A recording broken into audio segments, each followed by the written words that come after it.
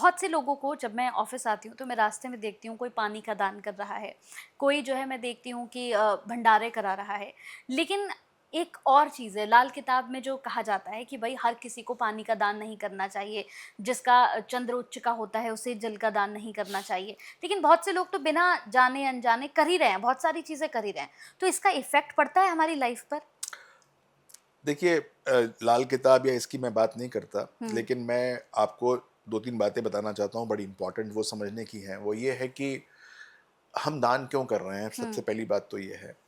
हम दान जो है, वो अपने मन को सैटिस्फाई करने के लिए कर रहे हैं हुँ, कि हमने दान कर दिया, हम बहुत बड़े दानी हैं। हुँ, या फिर हम जो है वास्तव में किसी ऐसे व्यक्ति के पास पहुंचने की कोशिश कर रहे हैं जहां पर जाकर हमको लगता है कि जब हम उसको दान देंगे तो उसको लाभ होगा। लाभ होगा। ये बात देखनी बहुत ज़रूरी है। तो सबसे बड़ी बात ये है कि दान इस प्रकार से होना नहीं चाहिए।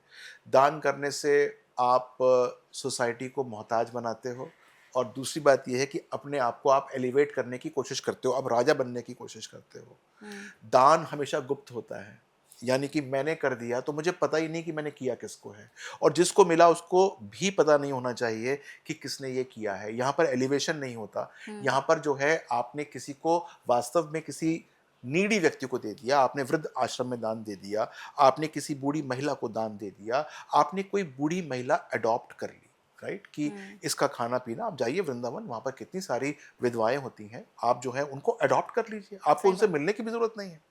आप बच्चों को शिक्षा का ज्ञान करिए, ये गुरु का ज्ञान कभी भी या दान कभी भी खराब जाता ही नहीं है। हुँ, बच्चों को आप गोद ले लीजिए, उनको अपने घर में लेकर मत आइए। हुँ, आप कहिए कि इसके बच्चे की 12वीं तक की पढ़ाई मेरी है, या इसके ग्रेजुएशन तक की पढ़ाई मेरी है, मैं खर्चा उठाऊँगा, जितना पढ़ेगा ये मैं उठाऊँगा।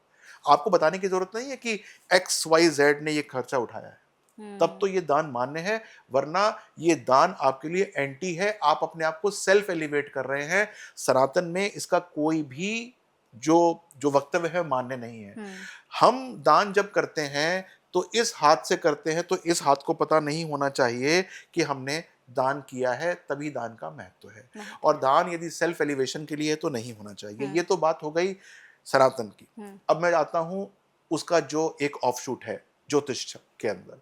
ज्योतिष के अंदर दान देने का विधान होता है। जो ग्रह क्रूर होता है, जो ग्रह आपको परेशान कर रहा होता है, जो ग्रह आपके लिए अच्छा नहीं होता, अमित्र होता है, हुँ, उसका दान दिया जा सकता है, अगर कोई ज्योतिषी कहे तो। रैंडमली दान करने की आवश्यकता नहीं है। नहीं है। आपको यह देखना है कि किसी ज्योतिषी ने बोला है, क्यों बोला है, क्या वो आपके लिए क्रूर है। मैं देखता हूं कि कोई नीच का है तो दान कर रहा है, कोई उच्च का है तो दान कर रहा है, कोई कुछ भी दान कर रहा है। हाँ, मंदिर के पास आपने 50 लोगों को खाना खिलाना शुरू कर दिया, सबको मोहताज बनाना शुरू कर दिया। मोहताज बनाना इस सोसाइटी का नियम ही नहीं हुँ, है। क्यों नियम, किसी को क्यों मोहताज बनाना है? बिल्कुल। उनको सबल बनाना है, निर्बल नहीं बनाना है। हुँ, वहां पर लोग शराब पिए पड़े रहते हैं, उनको दान मिल जाए 10-20-50 रुपए तो पौवा खरीदते हैं और पी जाते हैं। बिल्कुल। हमारा ये पर्पस ही नहीं है। तो दान का मतलब समझिए, आपको अपनी कुंडली में देखिए कि किस चीज़ का दान करना है, और उसको व्यवस्थित तरीके से करिए, गलत तरीके से मत कीजिए, आपको अन्यथा उसका लाभ ही नहीं हो सकता। हुँ, यानी कि आप कुछ भी दान मत करिए, आप अपनी कुंडली दिखाइए, कुंडली दिखाने के बाद जो आपकी कुंडली आपसे कह रही है कि आप ये दान कर सकते हैं, तब वो। कीजिए, और हाँ, वो भी जो पहला नियम मैंने बताया था उस प्रकार से कीजिए, नॉट फॉर योर एलिवेशन। मैं देखता हूँ बहुत सारे लोग, अरे सर हम तो खाना खिलाते हैं, हम तो ये काम करते हैं, हमारा तो भंडारा चलता है, हम तो ये करते हैं। क्यों कर रहे हो ये सब काम? क्यों अपनी आप महिमा मंडित कर रहे हो? दान कहाँ रह गया महिमा मंडित कर दिया सही तो? बात है।